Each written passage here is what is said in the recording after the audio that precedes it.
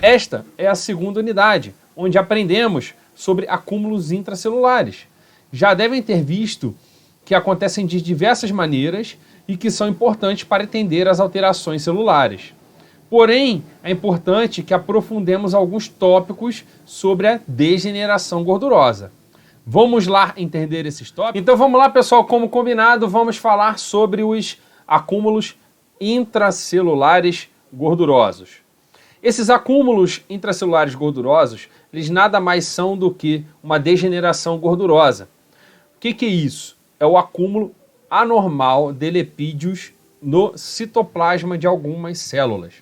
Esse acúmulo de lipídios, ele pode acontecer em alguns tipos específicos de órgãos, ou seja, são órgãos mais comuns de acontecer essa alteração da quantidade de lipídios no citoplasma.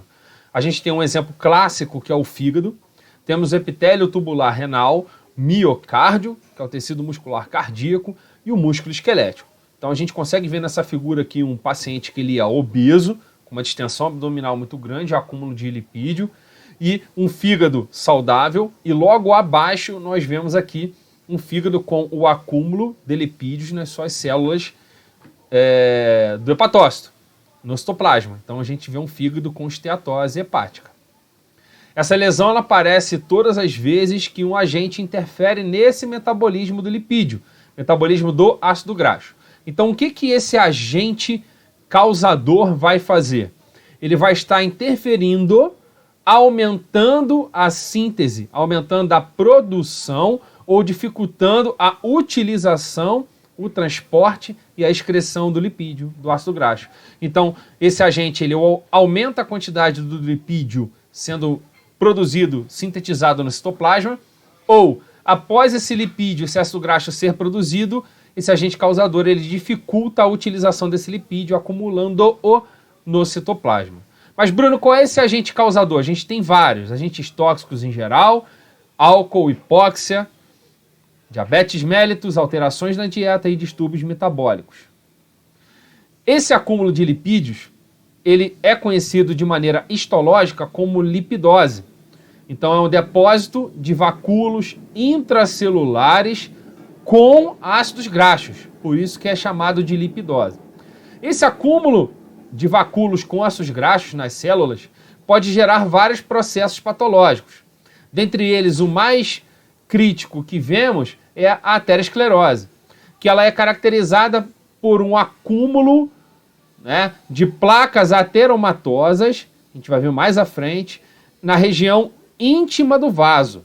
Então a gente tem um acúmulo de placas de ateroma na íntima, abaixo do tecido epitelial do vaso.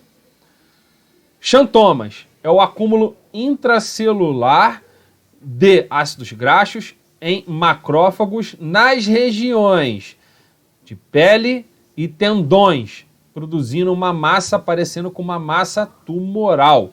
Geralmente o xantoma aparece em pacientes que têm dislipidemia ou hiperlipidemia hereditária ou hiperlipidemia adquirida devido à falta de controle na dieta.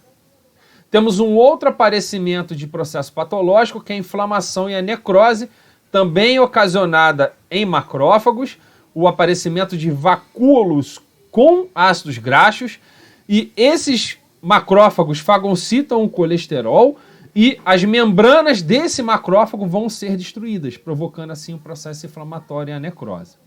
Como eu disse para vocês, temos aqui fotos de xantomas, vemos na região da mão, pálpebras, o acúmulo, né, de vacúolos dentro das células dos macrófagos de ácidos graxos, e aqui na região ocular, né, formando o arco córneo, caracterizado por essa camada em volta ali da córnea de gordura.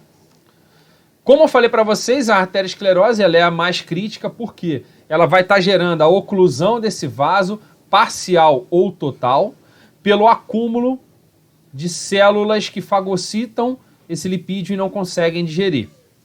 Então a gente vê aqui o processo de evolução, o vaso íntegro, a região do endotélio, a íntima do vaso, essa parte aqui logo abaixo do endotélio.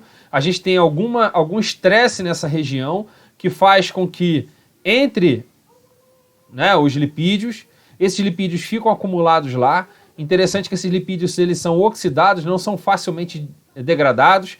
A migração de monócitos, que após a diapedese viram macrófagos na íntima do vaso. Esse macrófago começa a fagocitar essas moléculas de gordura. Além disso, eles liberam substâncias que vão estimular o crescimento desse tecido muscular aqui embaixo. Esse macrófago não consegue digerir essa vacúolo, né, cheio de ácido graxo, e ele se torna o que a gente chama de célula esponjosa. Se vocês olharem, a íntima do vaso ela está subindo e ocluindo o vaso até que ela se transforma numa placa de ateroma fibrogordurosa. Essa placa de ateroma fibrogordurosa, a gente tem os resíduos de lipídio, o acúmulo de colágeno, e a qualquer momento, quanto mais essa íntima do vaso é empurrada para cima, essa placa ateromatosa ela pode se romper e aí ter a formação de um êmbolo, de um trombo aqui nessa região. Por isso, o perigo da placa de ateroma. Quais são os principais fatores de risco, então, que temos que tomar cuidado para a formação dessa placa de ateroma? Alguns fatores não são modificáveis, ou seja, são constitucionais, eles já são predispostos a produzir a placa de ateroma, como anormalidade genética, antecedentes familiares, aumento da idade e o sexo masculino. Porém, nós temos outros fatores que poderemos prever e até trabalhar em cima deles para evitar o aparecimento de uma placa de ateroma, que são fatores modificáveis, como hiperlipidemia, hipertensão, tabagismo, diabetes e inflamação. Então, pessoal, como é que foi essa unidade? Os tópicos ficaram claros para vocês? Conseguiram entender melhor a degeneração gordurosa? O que vocês acharam dessa unidade? Foi fácil? Foi difícil? Professor, eu preciso estudar mais. Então, aprenderam sobre os acúmulos intracelulares, onde eu convido vocês a testarem seus conhecimentos nas questões de autoavaliação. Ah, olha só, hein? Lembrando, hein? Uma dica, façam resumos, mapas mentais, mapas conceituais e outras estratégias para consolidar o conhecimento de vocês. Vocês precisam estudar sempre. Contem comigo, vamos para frente e um grande abraço a todos.